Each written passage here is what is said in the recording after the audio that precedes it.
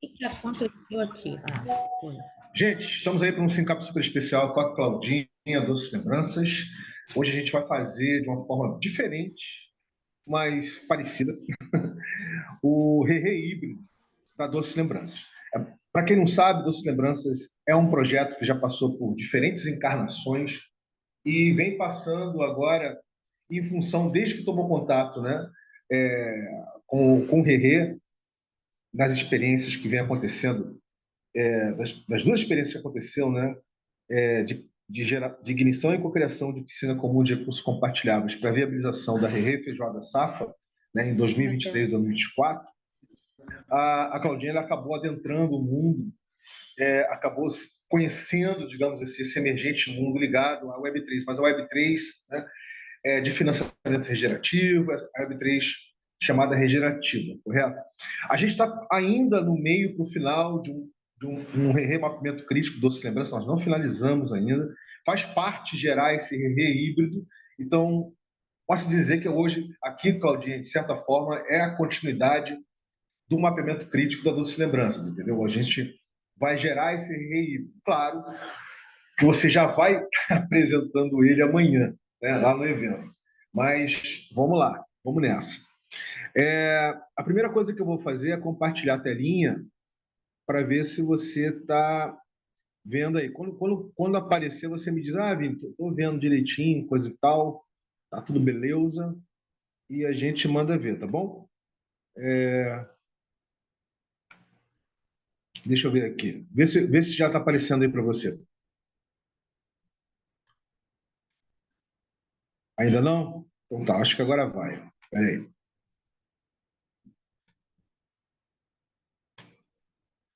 Apareceu aí?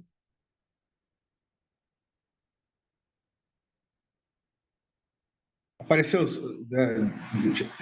Já apareceu para você, Claudinho? Você está mutada, mas só você dizer se apareceu ou não. Tá, beleza.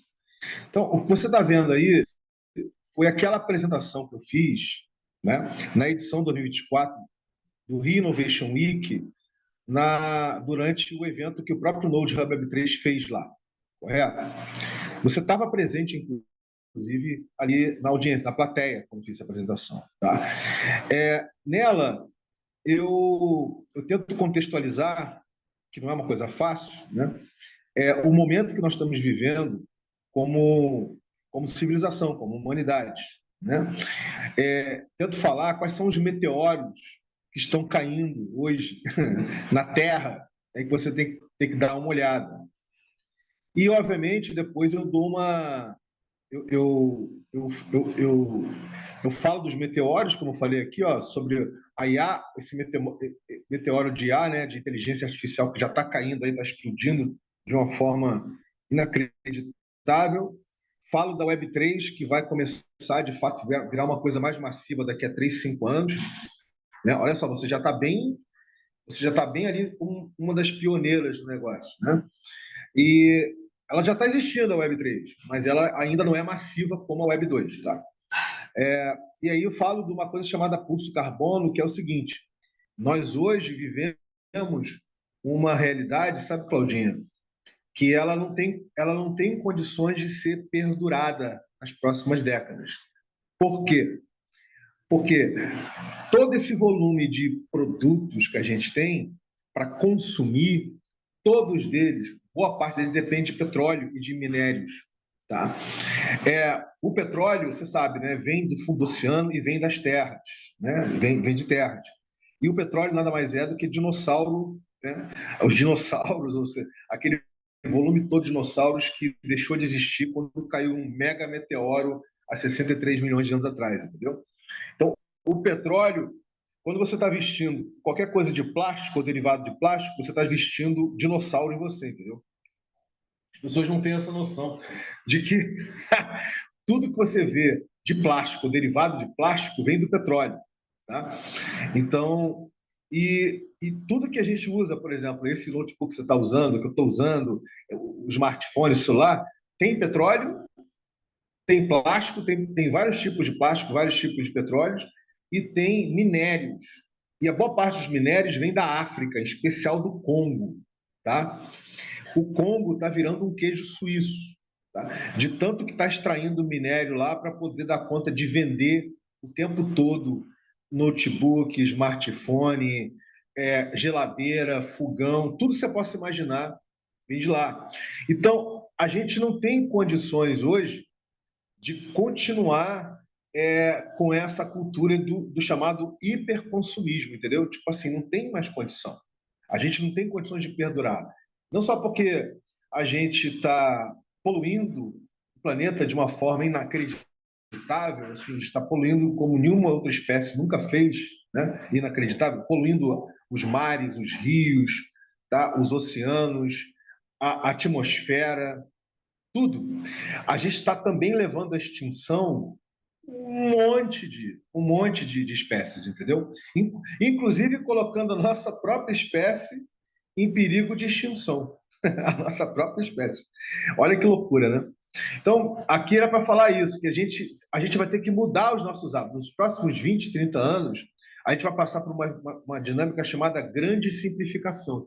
Ou seja, não vai ter toda essa gama de produtos para todo mundo ficar consumindo, hiperconsumindo o tempo todo. Vai passar por isso. A gente vai ter que começar a ter fontes de geração de energia que são realmente não só sustentáveis, não, são regenerativas. Então, todo esse trabalho que nós estamos fazendo, né, através de RE, conversa com essas grandes mudanças, entendeu? Que não só a sociedade, não só nós, as nossas vidas, ou a sociedade brasileira, ou os países, a humanidade precisa de alguma forma passar. Beleza? Então, eu fiz essa introdução só para você ficar ligada da apresentação que eu fiz lá. E aí, na sequência, eu falei aqui de um estudo, não sei se você está lembrada disso. Eu falei o seguinte: olha, hoje, as 2.000 maiores empresas das 2.000 maiores empresas do planeta, 2.000 maiores empresas do planeta, 60% dela, o negócio dela é convencional. Ou seja, ela polui, ela extrai petróleo, ela não é nada sustentável, tá? E ela só está preocupada em gerar lucro. Ela só está preocupada em vender cada vez mais. Tá? A coisa perniciosa aqui, a coisa que é maluca aqui, sabe, Claudinha, é que praticamente todos os países, todos os governos de todos os países, porque não são todos os países que assinaram o Tratado de Quioto, né? Que é o tratado de redução, de buscar a redução dos gases de efeito estufa, de mitigação disso tudo, enfim, para tornar, digamos, mais sustentável, né, o negócio. Todos os países, inclusive o Brasil, tem interesse que as empresas que estão nesse 60% aqui convencional investam no Brasil. Não sei se você está ligado nisso. Por quê? Porque essas empresas investindo no Brasil, mesmo elas não estão nem aí para a economia verde, carbono neutro, sustentável, nada disso. Elas representam que vão gerar mais produto interno bruto, mais PIB, vai gerar mais. Olha só o que eu vou fazer, ó, mais riqueza, ou seja, mais venda de geladeira, de fogão, de tudo, de celular, de tudo. Ou seja, porque na visão do governo, não só esse governo que está aí, qualquer governo, entendeu? Quanto mais as pessoas consumirem, eles entendem mais cidadão você é. Ou seja, a coisa perniciosa é que esse consumismo, né, esse hiperconsumismo, virou sinônimo nas últimas décadas, principalmente depois da Segunda Guerra Mundial, de cidadania. Você lembra das Casas Bahia, fazendo o carnê das Casas Bahia? Tipo assim, eu acho que isso foi ainda durante, se não me engano, o primeiro, o segundo, não sei, ainda como consequência do Plano Real do Fernando Henrique, do governo Lula, enfim.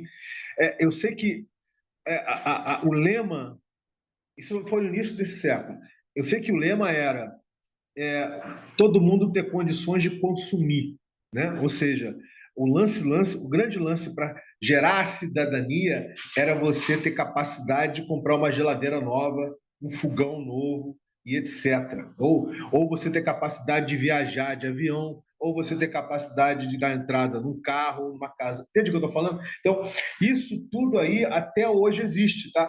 Isso não morreu. Então, isso perdura até hoje. Até hoje, o que qualquer governo, boa parte dos governos aí, mundo afora, que estão buscando, é aumentar a receita, o faturamento do produto interno bruto, do PIB. Ou seja, das pessoas continuarem, terem condições de ter crédito, olha só que loucura, para consumir, consumir, consumir, consumir cada vez mais. Entendeu? Então, essa economia, Claudinha, ela é a economia massiva mesmo, entendeu? Ela é, aqui, ó, 60% das 2 mil maiores empresas estão aqui. Tá? Apenas 18% estão flertando com a economia verde, estão flertando, que ainda assim trabalha com esse negócio chamado mercado de carbono, mercado de crédito de carbono, que é uma caixa preta. Tá? Por que é uma caixa preta? Porque, veja bem, vamos dizer que eu sou a Klabin. Sabe o que é a Klabin, né? Klabin. Klabin que produz papel higiênico, guardanapo, etc. Aí a Klabin faz o seguinte, olha, eu para poder derrubar uma floresta aqui, né, eu vou comprar os créditos de carbono para que o pessoal possa plantar lá. Olha que loucura. Só que, só que o lance é que a floresta que a Klabin está derrubando aqui é uma floresta de milhares de anos. É uma floresta toda rica, cheia de espécies, de fauna, de flora, etc. Né? E por que ela está derrubando essa floresta aqui? Porque aqui no Brasil não tem. As restrições existem, mas não são tão restritas como na Europa, por exemplo, que quase não tem floresta. Né? Então, o que acontece? Eu derrubo aqui, mas eu compro. O que eu derrubar, eu compro o equivalente de crédito de carbono para alguém plantar lá, plantar em outro lugar. Só que o que a maioria das empresas fazem é plantar eucalipto, entendeu? É plantar, não é uma outra floresta. Porque uma outra floresta para virar floresta demora o quê? Sei lá, 10, entendeu? 10, 20, 30, 50, 100 anos. Demora um tempo para virar uma floresta mesmo, né? Rica, cheia de vida. Né? Então, até mesmo essa dinâmica da economia verde, do mercado de crédito de carbono, não é uma coisa assim que você diz, tá, não. É uma coisa assim, é meio que enxugar água, é meio que enxugar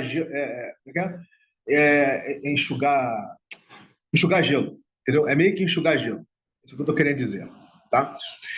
E essas 17 ODS da ONU aqui, sustentáveis, elas meio que conversam com essa economia verde, mas também conversam um pouquinho com a chamada net zero, ou seja, net zero é isso aqui, ó. Não sei se está pequeno aí para você ver, deixa eu aumentar aqui, ó. Esse net zero aqui, ó, que é você fazer a mitigação máxima e redução efetiva dos gases de efeito estufa, e que nem conversa tanto assim com o mercado de crédito de carbono, é uma coisa que você trazer para a empresa mesmo e para toda a cadeia, né, envolvida com a empresa. Mas olha só, 18% dela que estão fazendo isso. Né? Sendo que desses 18% dessas 2 mil maiores empresas, 10% estão aqui na economia verde, só fazendo essa redução pequena do impacto negativo, entendeu? E trabalhando com o mercado de crédito de carbono.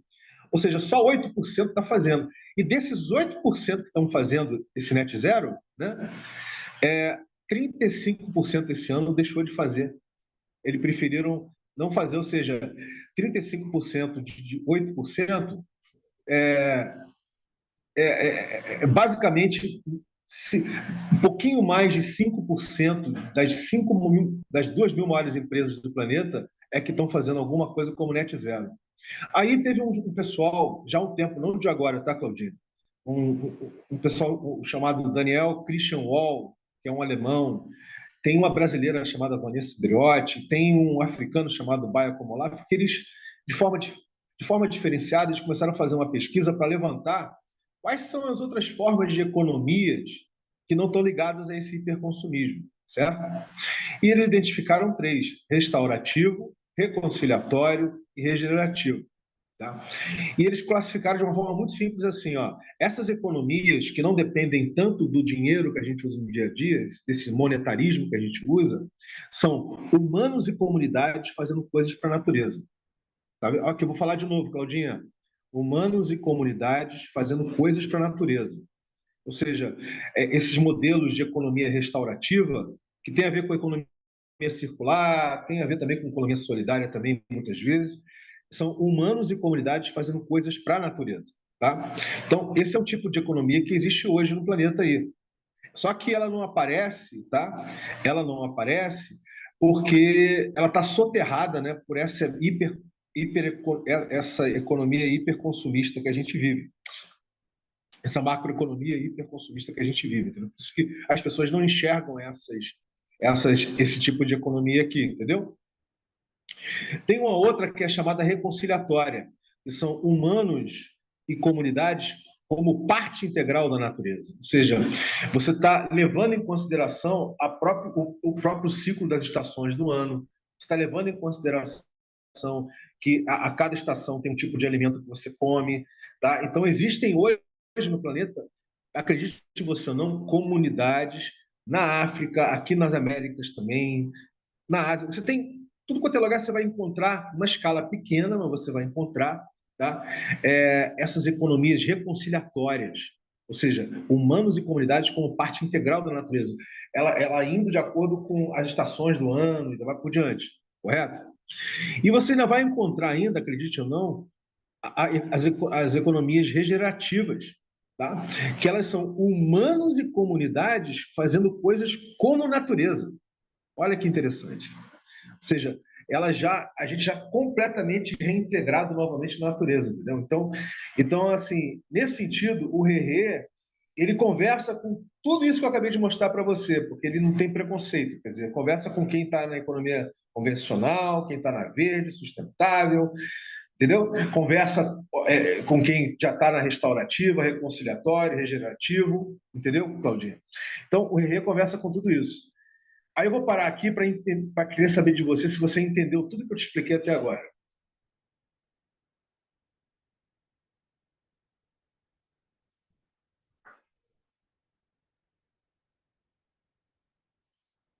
Você tá mutada, querida. Ah, porque você sabe, né? A pessoa, o computador, ele está desligando sozinho, ele está fazendo tudo que ele quer. Ele está demais. Agora eu fiquei grande, vou deixar assim mesmo, que eu não sei mexer. Tá me ouvindo, né? Estou te ouvindo. Tá, então, entendi sim. Até porque aquela parte que a gente fala de como o Rerê participa e faz com que a gente entenda, né, esse nosso lugar de, de economia, né? De aonde? Deixa eu te ajudar, Claudinha. Deixa eu te Aí. ajudar. Deixa eu te ajudar. Deixa eu te ajudar. Pensa assim, querida. Hoje, a Doce Lembranças, ela opera dentro do paradigma da Pelo menos eu te economia. vejo. Você está me ouvindo? Estou te ouvindo, estou te vendo, é que eu não estava te vendo. É. Hoje, a Doce Lembranças, ela opera dentro do paradigma da economia hiperconsumista convencional, entendeu? Ela está ali. Ou seja, o seu dia a dia depende integralmente de tudo ligado a essa macroeconomia hiperconsumista monetarista. Totalmente. Tá? Você está ali, você não está ainda na restaurativa, você não está na reconciliatória, você não está na regenerativa ainda.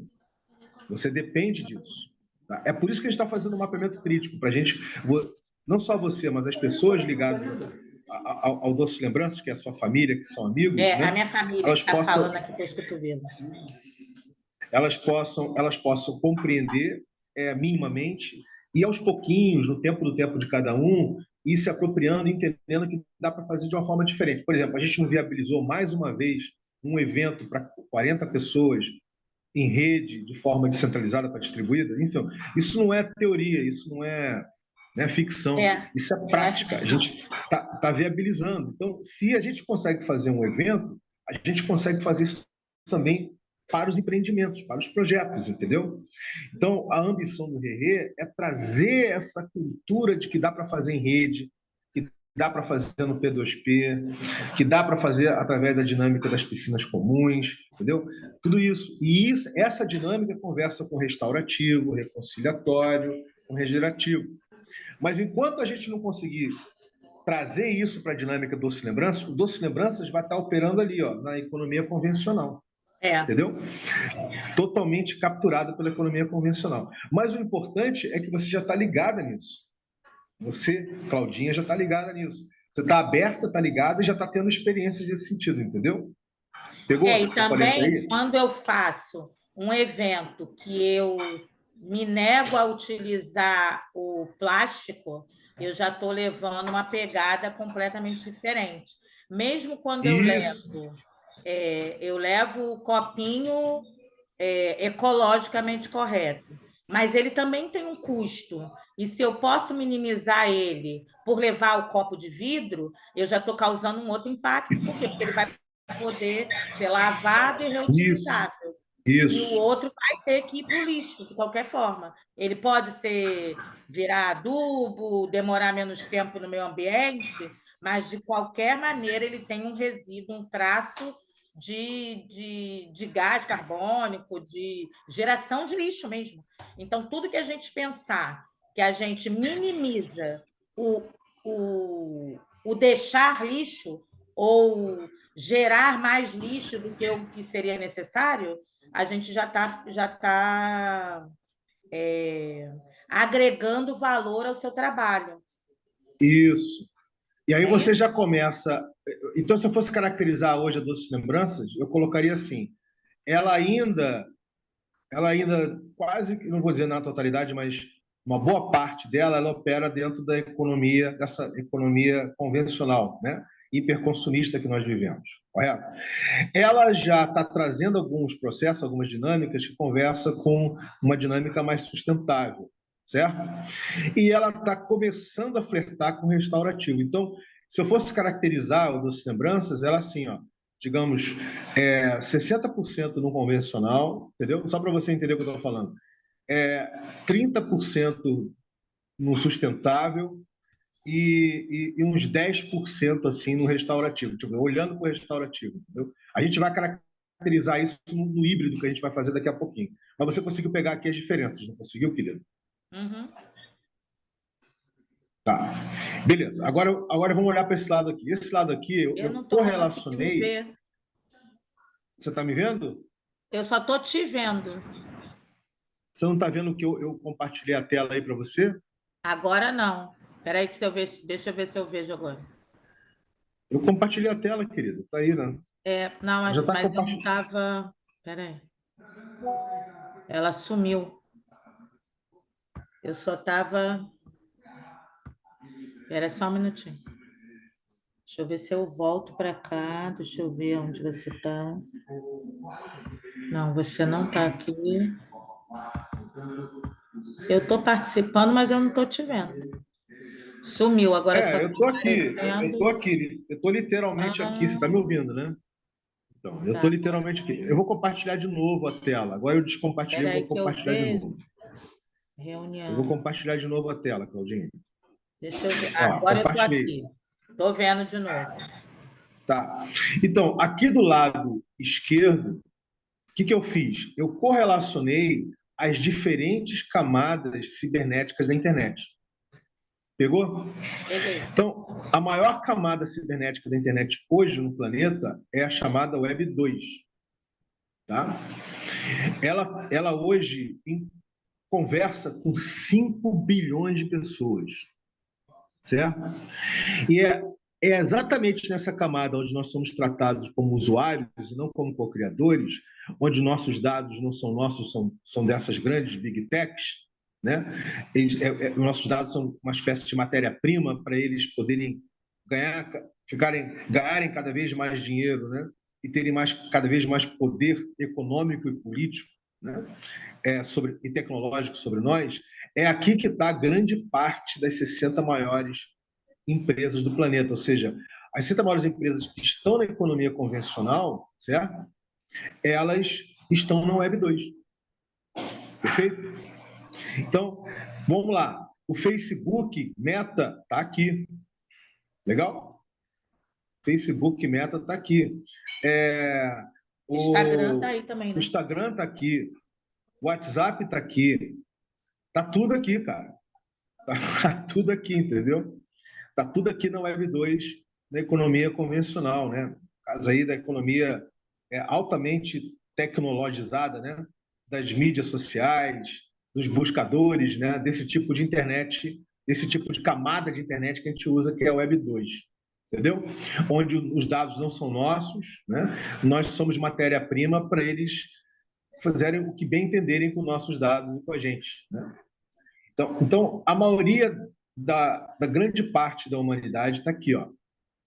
Mas a boa notícia é que não é toda a humanidade que está aqui, tá? Ainda tem 3,5 bilhões de pessoas que não estão na Web 2. Olha que loucura, né? E a boa parte Uhum. das pessoas estão espalhadas ali pelas Américas do Sul e Central, espalhados pelos vários países da África, ainda também na Ásia, na Oceania, entendeu? Então, parece que está todo mundo na internet, né? Mas não, ainda tem 3,5 bilhões de pessoas, Claudinha, que não estão na internet. Tá? Acredite você ou não. Ou seja, para elas você é extremamente avançada. Ou seja, você hoje, o tipo de vida que Tem você muita leva, gente assim mesmo. fazendo videoconferência em banda larga, a gente falando, Tem olhando um para o muita outro. gente que nem está por falta de acessibilidade, né? Muitos Não porque tem não têm nem. acesso Porque mesmo. tá num país que não tem nem infraestrutura para fazer isso, entendeu? Isso. É, ele ainda usa aqueles celulares de teclado mandando SMS para todo mundo. É muita gente ainda, tá? Então, essa é a primeira informação que eu quero passar para você. Ou seja, não é a humanidade toda que está na Web 2. São 5 bilhões de pessoas. Gente pra cacete, mas não é a humanidade toda. Ainda tem 3,5 que não estão na Web 2, tá? Então, isso é uma coisinha que eu queria passar para você. Bem, a chamada. Quando apareceu o termo Web 3, né? O termo Web 3 não apareceu assim de imediato primeiro, tá bom, Claudinho? Para você saber. Ele não apareceu assim de imediato. Ele apareceu primeiro. A primeira coisa que apareceu foi o Bitcoin. Isso aqui, ó, o Bitcoin. Uhum. Tá? E ninguém chamou o Bitcoin de Web 3, não, tá? Apareceu o Bitcoin. O Bitcoin era sim, usava e usa uma tecnologia, foi o primeiro a usar e criar uma tecnologia de blockchain, correto? E focado em se tornar um dinheiro digital, tá? Especificamente focado em se tornar um dinheiro digital, né? Depois do Bitcoin, o pessoal entendeu que essa tecnologia do blockchain, certo? Ela podia ter muito mais utilidade do que você só criar um dinheiro digital com criptografia forte. E esse dinheiro digital com criptografia forte, sabe, Claudinha, que é o Bitcoin, né? Ele não tem como os governos se apropriarem dele, não tem como os bancos se apropriarem dele, não tem como os governos se apropriarem dele. Então, ele incomoda muito, certo? Assim, porque ele literalmente é uma rede descentralizada para distribuída, né, que roda de uma forma que não tem como ser hackeado, né? Não tem como ser apropriado por grandes empresas, pelo sistema bancário, por governos. Tanto que os governos e as grandes corporações, e até o mercado financeiro já está olhando para o Bitcoin depois de 15 anos, tá? Está olhando para o Bitcoin depois de 15 anos tentando arrasar o Bitcoin, tá? Pra você ter uma noção. Entendeu? 15 anos tentando dizer que era coisa de criminoso, tentando coisa que era um dinheiro Porque ruim, eles não etc. têm domínio, né? Como eles não tiveram, eles se renderam, falaram, sabe uma coisa? Vamos criar aí legislação para poder aceitar Bitcoin, coisa e tal, porque não vai embora. O negócio não vai embora, está aí, não vai embora. Aí, depois que criaram o Bitcoin lá em 2009, tá? Olha quanto tempo, né? 2009, 2010. Lá em 2013 para 14, mais precisamente de 14 para 15 por aí, foi lançado uma segunda tecnologia de blockchain chamada Ethereum. Ouviu? Uma segunda tecnologia de blockchain chamada Ethereum. O Ethereum trouxe uma novidade chamada contratos inteligentes, ou seja, a gente podia fazer com essa tecnologia de blockchain de tudo um pouco, não só você emitir um dinheiro criptografado, um token criptografado, entendeu? Você podia fazer de tudo. E o Ethereum, ele meio que deu vida, junto com o Bitcoin, mas muito. Bitcoin iniciou, mas meio que deu vida ao chamado mercado cripto, tá bom? Meio que deu vida ao mercado cripto. Então, meio que não, deu vida ao mercado cripto, porque a partir daí começaram a surgir vários outros blockchains semelhantes ao Ethereum, certo? Que eu não vou dizer o nome aqui, que começaram a constituir esse mercado cripto, do qual o Bitcoin é o predecessor, vamos dizer Manda-chuva. assim, né? É o pioneiro, né? Mas só que é aquela coisa, existe uma diferença muito grande, sabe, Claudinha, entre o Bitcoin e as várias moedas ligadas ao blockchain do Bitcoin e esse mercado cripto baseado no blockchain do Ethereum, entendeu? E eu não vou entrar nesse detalhe aqui com você agora, mas a diferença é que aqui, né, você tem que realmente fazer a custódia do seu do Bitcoin, entendeu? Quer dizer, não que não exista hoje soluções, hoje já existe, né? Do banco fazer a custódia para você, entendeu? Já existe várias formas assim, mas originalmente era para ser um dinheiro das pessoas e para as pessoas, que não fosse um dinheiro dos governos, dos bancos centrais, entendeu? Então, mas todas as moedas que surgiram aqui do Ethereum, né? Do Ethereum, do blockchain do Ethereum, e os outros blockchains que surgiram, eles não são, como é que eu vou explicar para você? Eles já têm a participação do mercado financeiro, entendeu? Ou seja, o mercado financeiro falou assim, olha, já que o Bitcoin é essa coisa, né? Essa única coisa que é dinheiro, coisa e tal, e a gente quer usar essa tecnologia do Bitcoin para criar vários outros produtos, né? Para a gente poder ganhar mais dinheiro, aí se criou um conceito chamado finanças descentralizadas, né? Finanças descentralizadas, ou seja, em inglês é DeFi, Decentralized Finance, né? Então, se criou uma coisa chamada DeFi, né? E o DeFi, ele está preocupado apenas, ele está só quer dizer, está preocupado em passar aquelas características que o Bitcoin passa para você, sabe, Claudinha, que é o dinheiro ser seu, ser inviolável, né? Não tem governo, não tem banco central, não tem ninguém que consiga, a não ser você, a não ser que você perca as 12 palavras da sua wallet, não tem nada que impeça de você negociar ele, de você, enfim, comprar mais, vender, fazer o que você quiser, certo? Então, o Bitcoin é assim.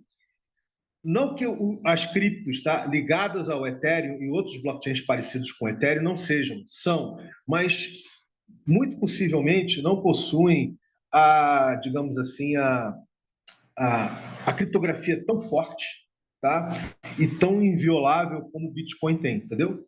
Não possui uma coisa tão puro sangue, vamos botar assim, tão puro sangue como o Bitcoin tem, né?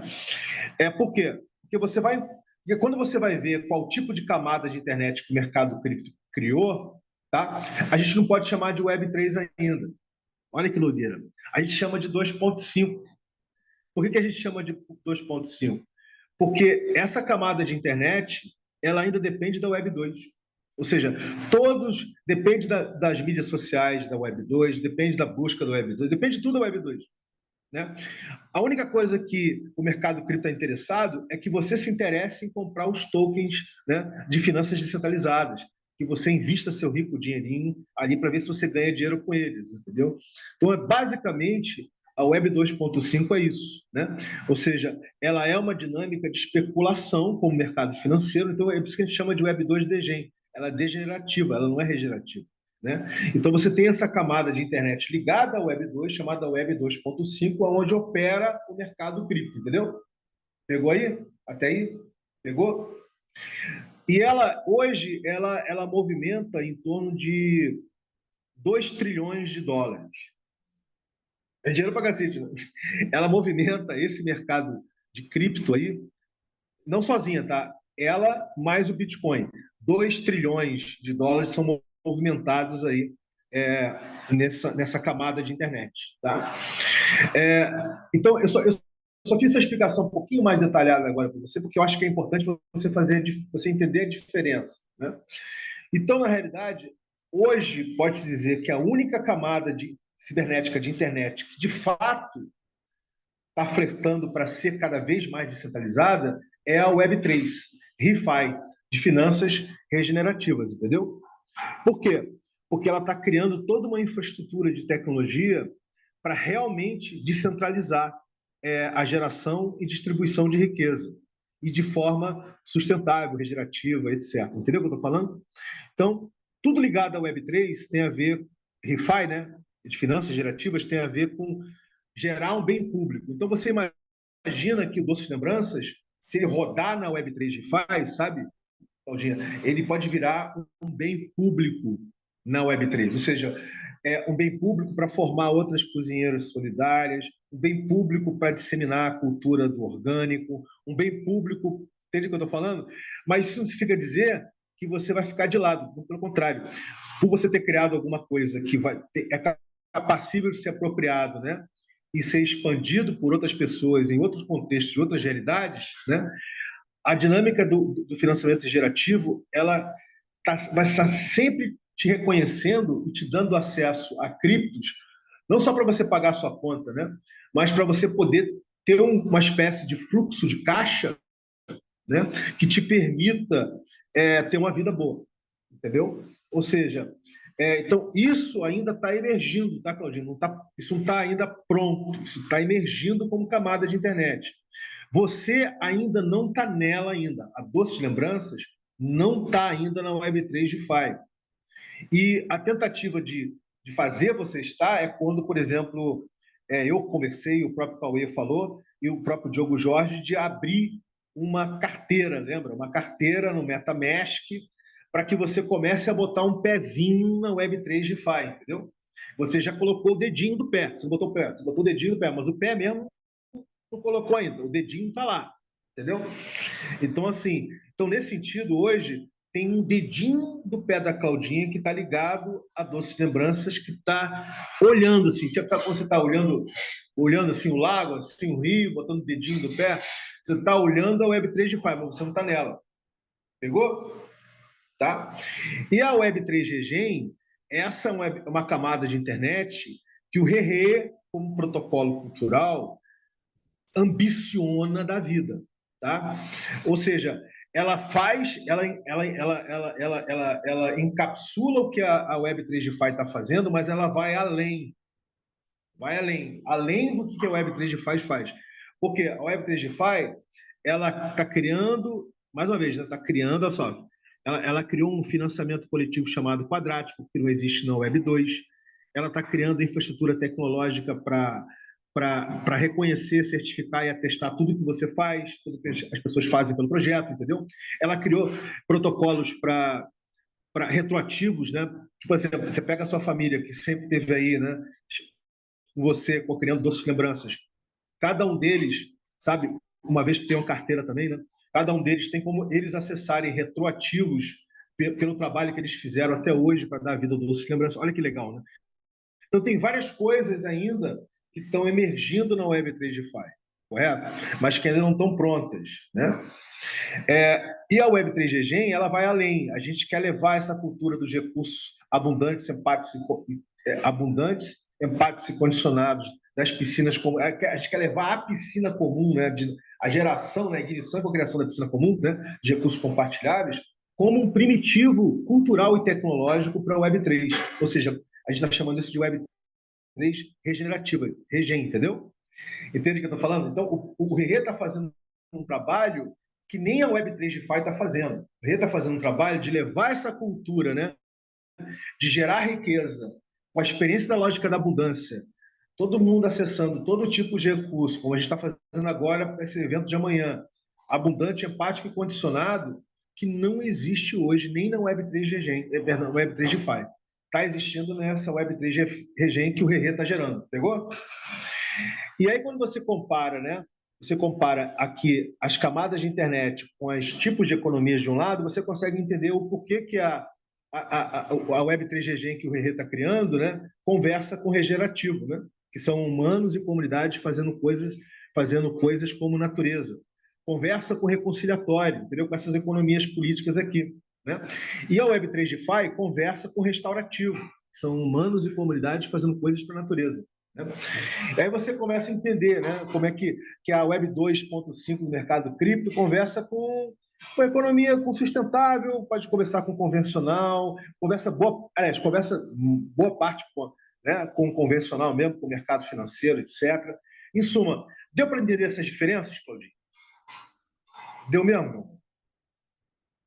Eu estou tentando falar da forma mais simples possível, porque Sim, isso não é uma porque coisa aí fácil também de falar. mostra como que quando fala do regime é como a gente fala na agroecologia. O que que é a agroecologia que é diferente de agronegócio? Quando a gente fala de agronegócio, é como se fosse aqui na camada do Web 2. Isso, E quando a gente fala de agroecologia, a gente está aqui na camada do Web 3. regém. Por quê? Porque a agroecologia pensa nas pessoas que plantam, pensa no sistema sustentável de respeitar o ciclo dos alimentos, o ciclo de plantio, a abundância da água, a preocupação com as queimadas, a regeneração do solo. Então, é como se Uhum. fosse esse comparativo aqui, não é isso? Exatamente. Isso aí. Eu acho que agora você pegou o espírito da coisa, não pegou? Pegou, né, querido? Peguei. Então vamos seguir aqui. Que legal, legal que você tenha pegado. Vamos seguir aqui e vamos olhar agora para os paradigmas do Rerê, tá bom? Estou feliz que você tenha pego isso aqui, Claudinho. Aqui, ó, são 8 os paradigmas do Rerê, tá bom, querida? São 8 paradigmas. Eu vou falar cada um deles bem devagarzinho para você. O primeiro paradigma é o paradigma do usufruto comum, tá? Bota aí, escreve commons, igual cultura ou paradigma do usufruto comum.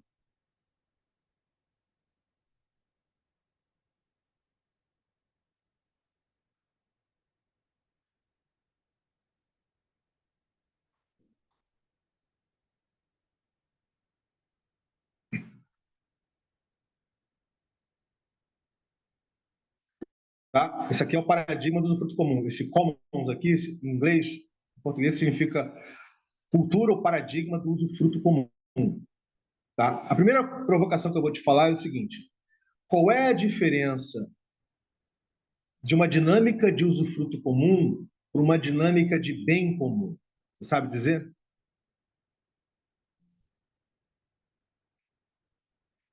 Você está mutada, querido.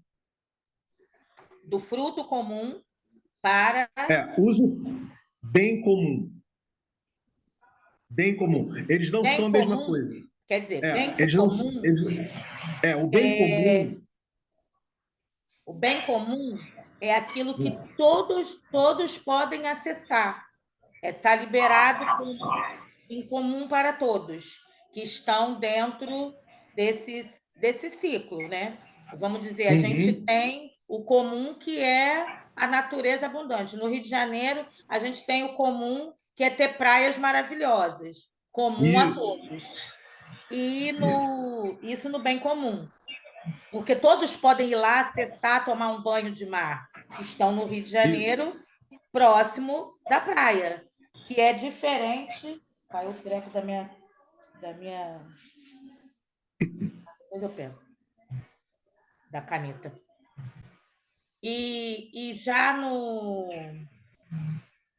Usufruto comum. usufruto comum, eu acho que é a criação de oportunidade para que todos possam acessar, ou que mais Também pode pessoas ser. possam acessar, né? Também bem colocado, querido. Também pode ser. Mas, essencialmente, é o seguinte: não adianta você ter um bem comum, tá?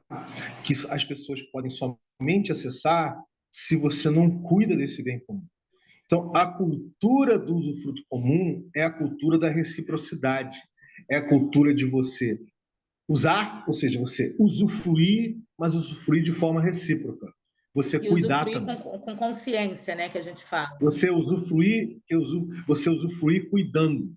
Ou seja, então, o paradigma do commons, ele é o paradigma do usufruto comum, porque é o paradigma de você acessar, mas você ter a responsabilidade de usufruir, você reciprocar, ou seja, você também cuidar daquele bem comum, entendeu?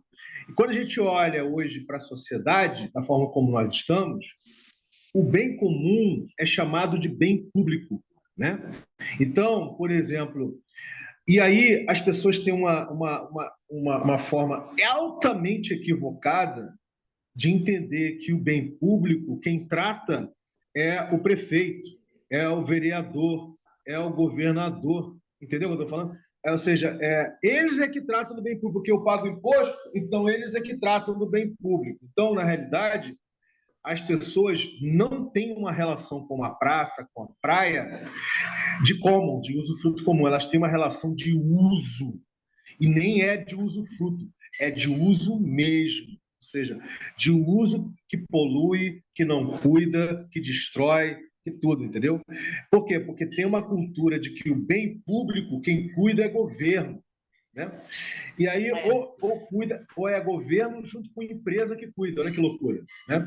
Então, não tem essa parceria público-privada? Ah, aquela pracinha lá perto de casa, quem tá cuidando é a Secretaria de Jardins, coisa e tal, junto com a Clabin. A Clabin, ela banca lá, bota um pessoal para limpar a praça, blá, blá, blá, enfim. Olha que doideira.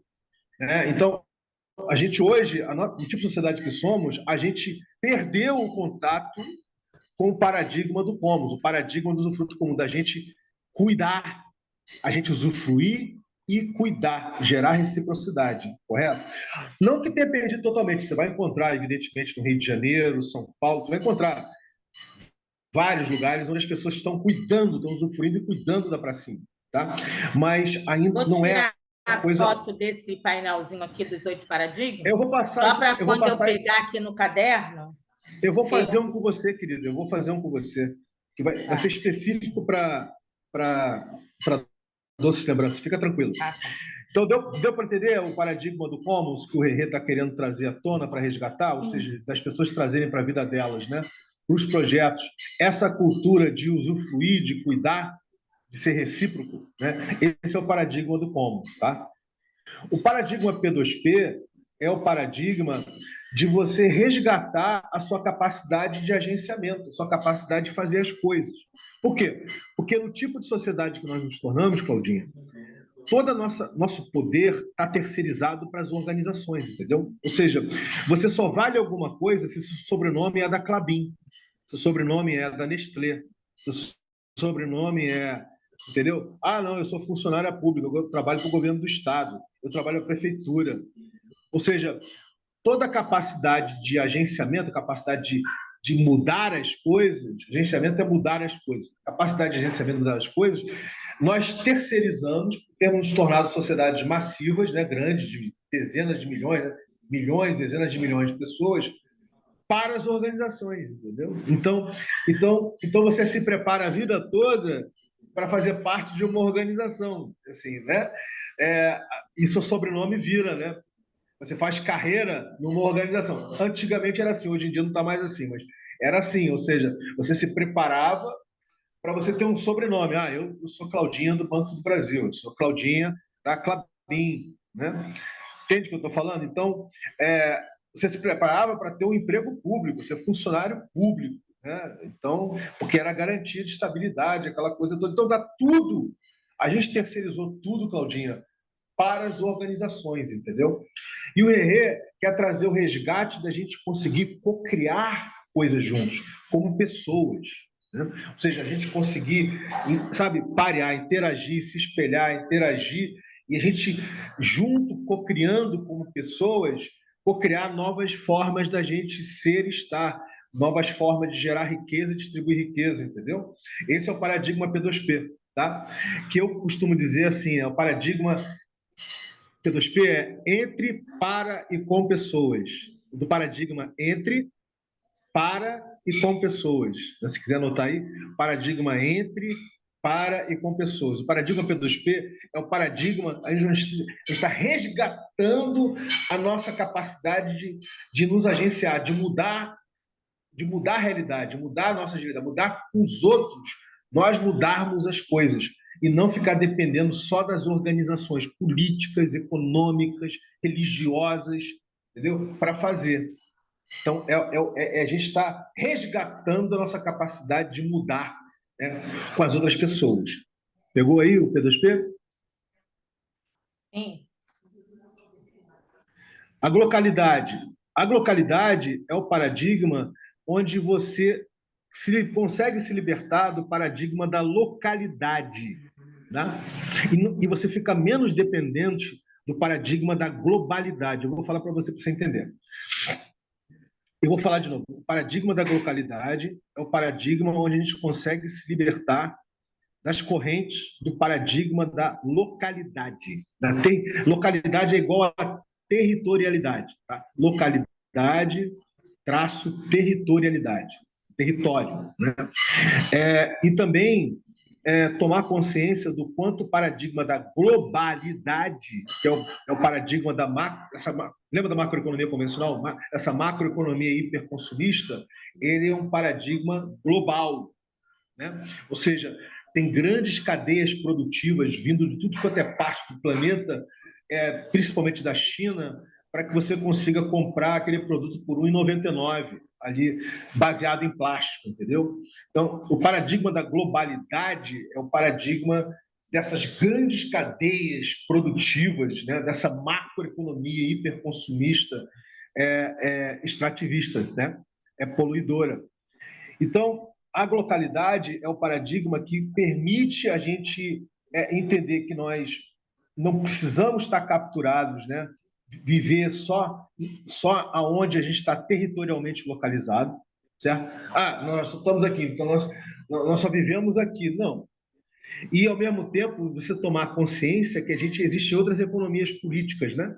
Existem outras economias, como eu te falei, restaurativo, reconciliatório, regenerativo, que a gente pode viver começa a depender menos, né, dessa gigantesca macroeconomia hiperconsumista, né, globalizada, certo?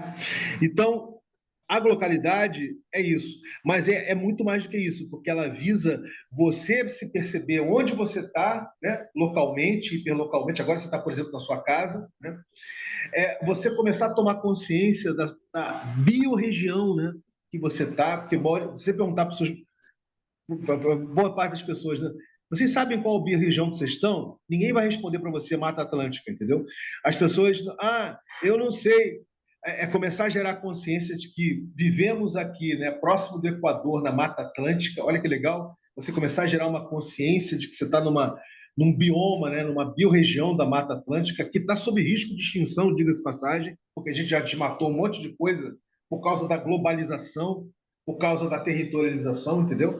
Então, o paradigma da localidade é justamente para você criar a consciência, tá? De que é possível a gente integrar a nossa localidade, onde nós estamos, que a gente chama de hiperlocalidade, gerando consciência da nossa biorregionalidade, né? Mata Atlântica, para a gente se perceber como um ser planetário, entendeu? Um ser da Terra. Não só a Claudinha carioca brasileira, entendeu? Eu tô falando carioca, olha só, eu posso te caracterizar assim, Claudinha. A Claudinha é suburbana, carioca, brasileira, entendeu? Eu posso te caracterizar, eu posso hiperlocalizar suburbana, carioca e brasileira, entendeu?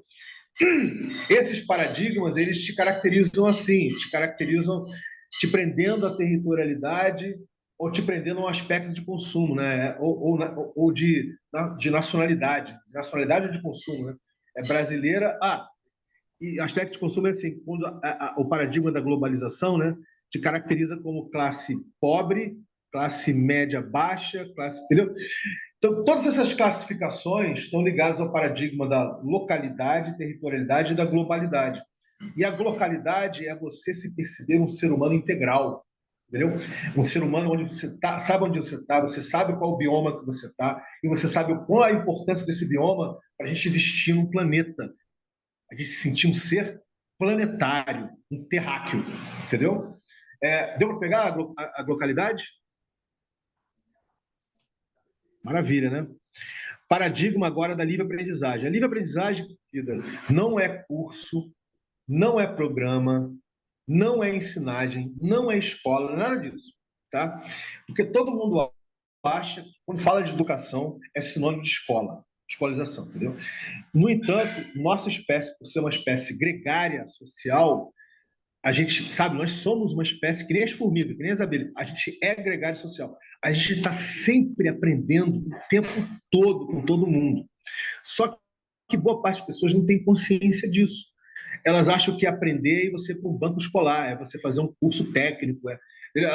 Não, gente, isso não é aprender, isso é você inculcar na sua cabeça um conteúdo, uma formação técnica por causa do mercado de trabalho, porque você precisa ganhar dinheiro, né, para pagar as contas. E vai Mas aprender a a partir dinâmica de outros, não a é partir das suas a dinâmica experiências. exatamente. A dinâmica da livre-aprendizagem é onde você está aprendendo a aprender com os outros e os outros estão fazendo a mesma coisa com você o tempo inteiro. Então, a gente está sempre criando um ambiente de mútua e livre aprendizagem. O Rerê quer resgatar isso também, porque essa dinâmica sempre fez parte da nossa espécie, nossos ancestrais, entendeu? Eles estavam aprendendo o tempo todo uns com os outros. Então, a gente quer resgatar isso. Pegou? Paradigma da livre aprendizagem?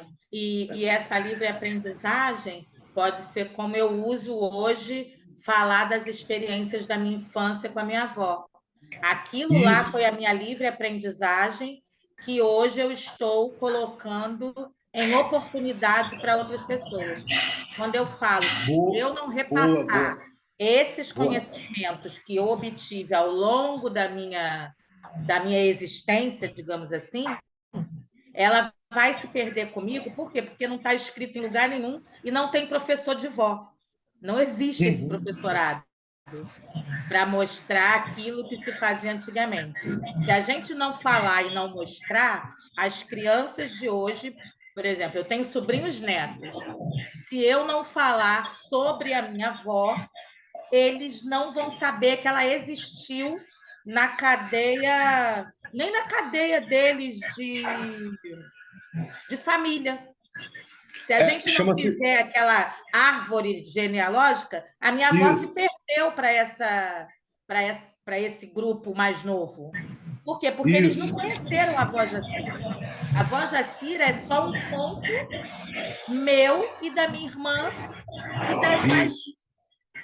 irão ter a avó ali presente. Mas tem uma avó muito pouco tempo, porque minha avó faleceu há mais de 30 anos. Então, quem tem menos de 30 anos não conheceu ela. E Sim, se a gente não falar sobre o que ela fez, isso se isso. perde, e isso era livre aprendizagem. Está ali lidando com a avó, falando sobre tomar um chazinho de Ma- goiaba ma- ma- para ma- cortar a dor de mas deixa eu barriga. fazer uma observação para você importante. A livre aprendizagem é assim, querida. Nós temos vários sentidos, não temos? Temos o olfato, a vista, o tato, não temos? Então, através da luz do sol que bate nos nossos olhos, vai para o cérebro, a gente enxerga o que a gente chama de realidade, certo? A gente sente se está calor, se está frio com o tato, não é isso? Uhum. A gente consegue ouvir, né? Tudo isso faz parte da livre aprendizagem. Ou seja, a gente está. Se você entra num local que você não conhece, os seus sentidos ficam super aguçados. Você está tentando, entendeu? Olhar para o local ali, para as pessoas, olhando para as pessoas, você está tentando aprender com o local. Então, a gente tem essa capacidade de aprender o tempo inteiro, porque a gente quer tentar entender onde nós estamos. A gente tem essa coisa que é da nossa espécie. A gente quer se ecolocalizar sempre. Assim, aonde que nós estamos. Então, a gente tem essa coisa. Então, não é só ligado a uma memória importante, afetiva, né, dos aprendizados que você teve com a sua avó, mas é ligado também a tudo que você está aprendendo aqui agora. Nesse momento, você está sentado aí na sua cozinha, olhando para esse notebook, a gente está se falando através dos bits e bytes, né, da Web 2, né, infelizmente, mas estamos nos falando. Você está aprendendo comigo, eu estou aprendendo com você, entendeu? Então, a livre aprendizagem é essa coisa de a gente Essa começar a coisa de troca, né? valorizar exatamente, a gente valorizar que a gente aprende o tempo todo. A gente é condicionado a pensar que a gente só vai aprender quando você vai para a escola ou você se forma. Não, a gente aprende o tempo inteiro. Né?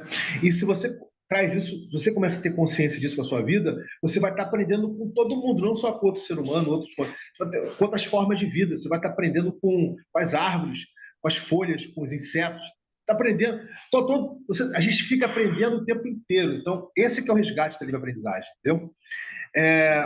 E aí, isso conversa com o paradigma do fazer complexo da regeneração profunda, que eu vou te explicar de que forma, né?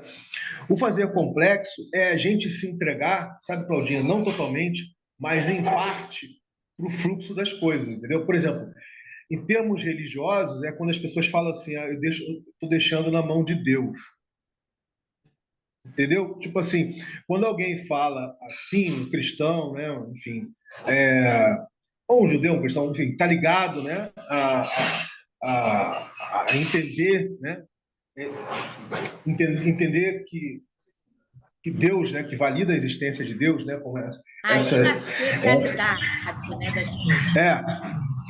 Ele fala, eu estou deixando na mão de Deus, de certa forma, ou de muitas formas, é uma forma de conversar com fazer complexo, entendeu? Ou seja, eu quero dizer com isso, você sabe que você não tem controle de tudo, você sabe que você não consegue controlar tudo.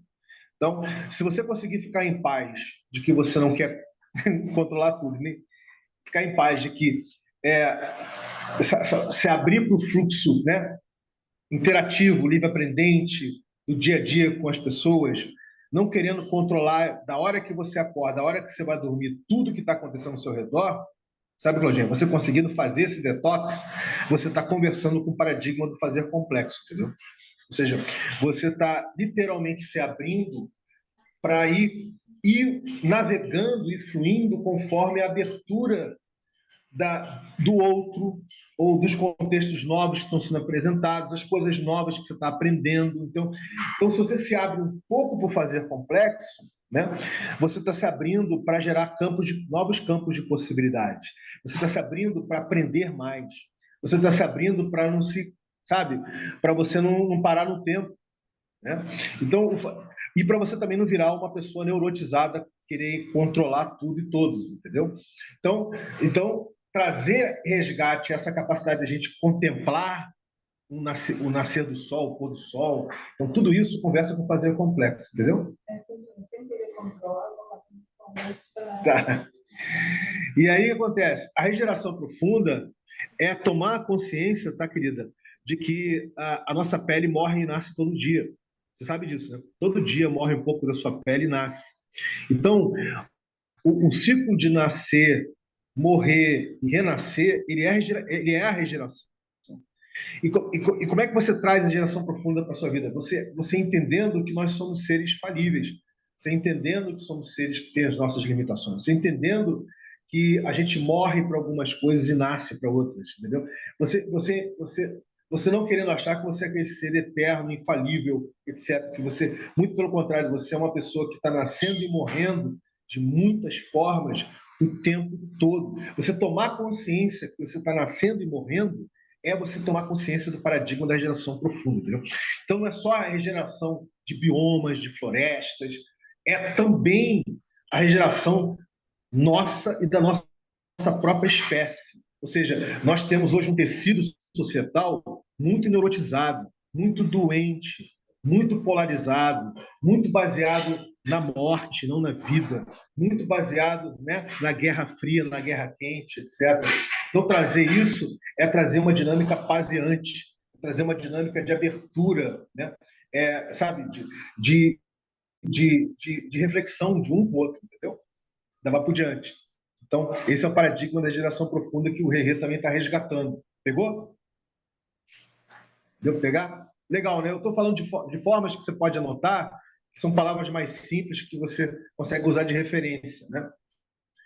Já a experiência da lógica da abundância é o que você mais tem tido com o Rerê desde que você tomou contato, que é a experiência da gente, de você chegar junto na ignição e cocriação de uma piscina ou de uma piscininha comum para viabilizar, no caso, eventos, né? 2 edições da Feijoada Safa e essa primeira edição aí do Desconferência 404 que vai lançar a Regeneradora. Pegou? Isso aí eu não preciso nem falar porque você já sabe o que é, né? É de você diminuir a dependência da lógica da escassez artificial, é você se perceber mais interdependente, né? Você se perceber, entendeu? Você perceber que você é um ser complexo, você é um ser rico, você tem condições de estar disponibilizando todo tipo de recurso, né, para que possa ser acessado de forma abundante, empática ou, quando necessário, condicionada, como a gente vem fazendo nas experiências que a gente teve até agora, entendeu? Então, isso aí eu não preciso falar porque você está craque. Isso aí você já sabe, você já vem literalmente vivenciando esse paradigma, né? Da experiência na prática, da lógica da abundância. E o redes é geração de inteligência coletiva, entendeu, Claudinho? Ou seja, a gente fica achando que a sociedade que a gente vive ela é muito assim, ela é muito focada a dizer quem tem um QI mais alto ou QI mais baixo, não é isso? Ah, esse aí é um Einstein. Cara, é um equívoco total. Por quê? Porque como nós somos um ser social e gregário, é através da inteligência coletiva que a gente gera, numa dinâmica interativa, que a gente gera rede, que a gente consegue encontrar soluções. Não uma solução, várias soluções, entendeu? E é isso que está impressionando o pessoal agora que chegou, né, junto na ignição e na cocriação da piscina comum entre o Rei e o Node lá no 3, porque quando eu falei, lembra, acho que você estava presente, eu falei, gente, vamos fazer esse Desconferência 404 agora através da piscina comum do Rei Node, né, com o Rei com o Node, aí todo mundo, sim, mas não tinha entendido que a gente é literalmente viabilizar isso através da piscina. Nós geramos uma inteligência coletiva capaz de viabilizar um evento a menos de uma semana e meia do evento, entendeu? Ou seja, olha a capacidade de rede que nós temos, de geração de inteligência coletiva que nós temos. E sem então é contar isso. que deu para pegar quando as pessoas verem essa transformação materializada nesse formato, eles vão entender, tipo assim, meu Deus, como que eu pude, com tão pouco, oportunizar tanto também? Porque também vão ter essas perguntas, né? Porque foi tudo muito rápido, né? Para que aconteça o café. Mas para que isso tudo se materialize, não precisou de, vamos dizer assim, muito fiat, muito desgaste, isso. e sim de colaboração. E entender essa a gente ainda tem uma, a gente na prática, não fez, né? A gente não fez integralmente só dependendo do Fiat, do monetarismo. Está ali, presente. Tanto que eu passei para você ainda há pouco os recursos Fiat, já vem passando os recursos Fiat que você necessitou para poder viabilizar o negócio. Mas, quando, Claudinha, o Doce Lembranças começar a se aprofundar mesmo, você vai ver que vai ficar menos dependente do Fiat ainda, do que já está, entendeu? Ainda está dependente, vai ficar menos dependente. Por quê? Porque você vai ter condições, por exemplo, de acessar alimentos de uma agrofloresta descentralizada sem precisar usar o Fiat. Né? Mas isso é quando você se apropriar mais da Web3 Refi, ainda vai por diante, Doce Lembranças se apropriar, entendeu? Não só a Claudinha, né? Como projeto. Né?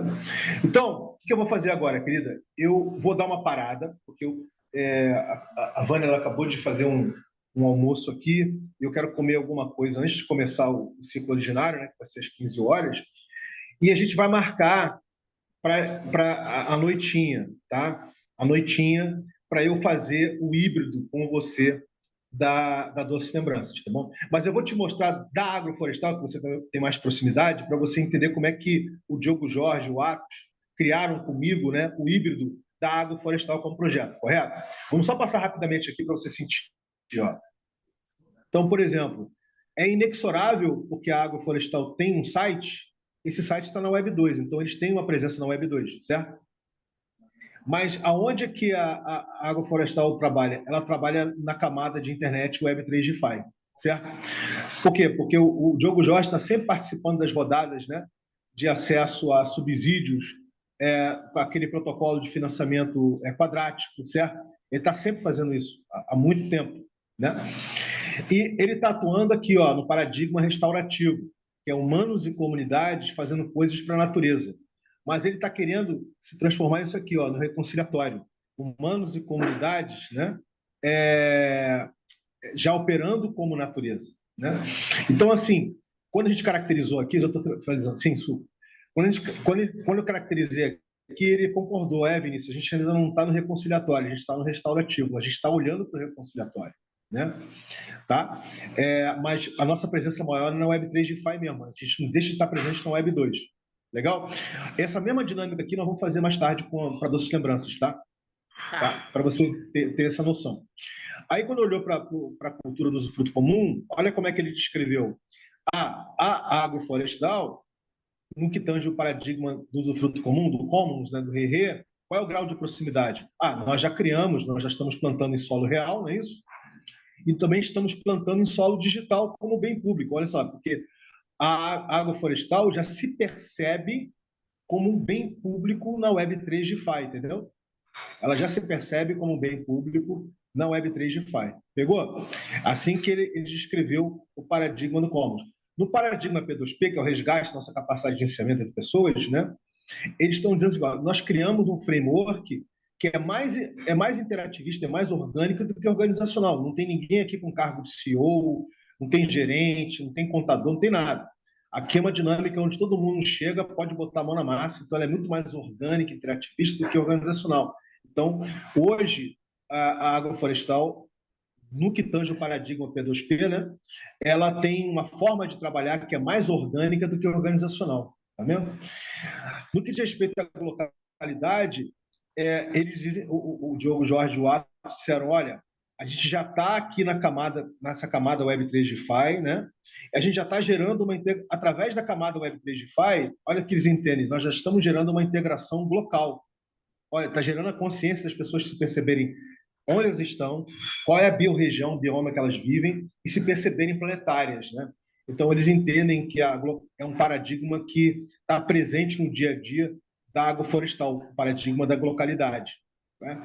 Agora, com relação à livre aprendizagem, eles colocaram assim, ó, eles estão gerando eles fizeram agora a jornada agroflorestal, né? Eles estão gerando uma experiência educacional baseada na orientação especializada, visando gerar uma comunidade de aprendizagem. Ou seja, eles querem gerar que as pessoas aprendam o tempo todo sobre agroflorestas descentralizadas. Como é que a gente pode fazer essas agroflorestas existirem na Web3 ReFi, né? Nessa camada de internet. No fazer complexo, eles ainda estão atrelando muito a própria agrofloresta, ou seja, a agrofloresta ela é complexa, né? Ela trabalha com sazonalidade e sucessão, né? Para ela poder crescer como agrofloresta, né? Como floresta de alimentos. Mas ainda não estão trazendo isso para a dinâmica de cocriação da agrofloresta, perdão, da agroflorestal no dia a dia, mas para as agroflorestas que eles estão, né, plantando, correto?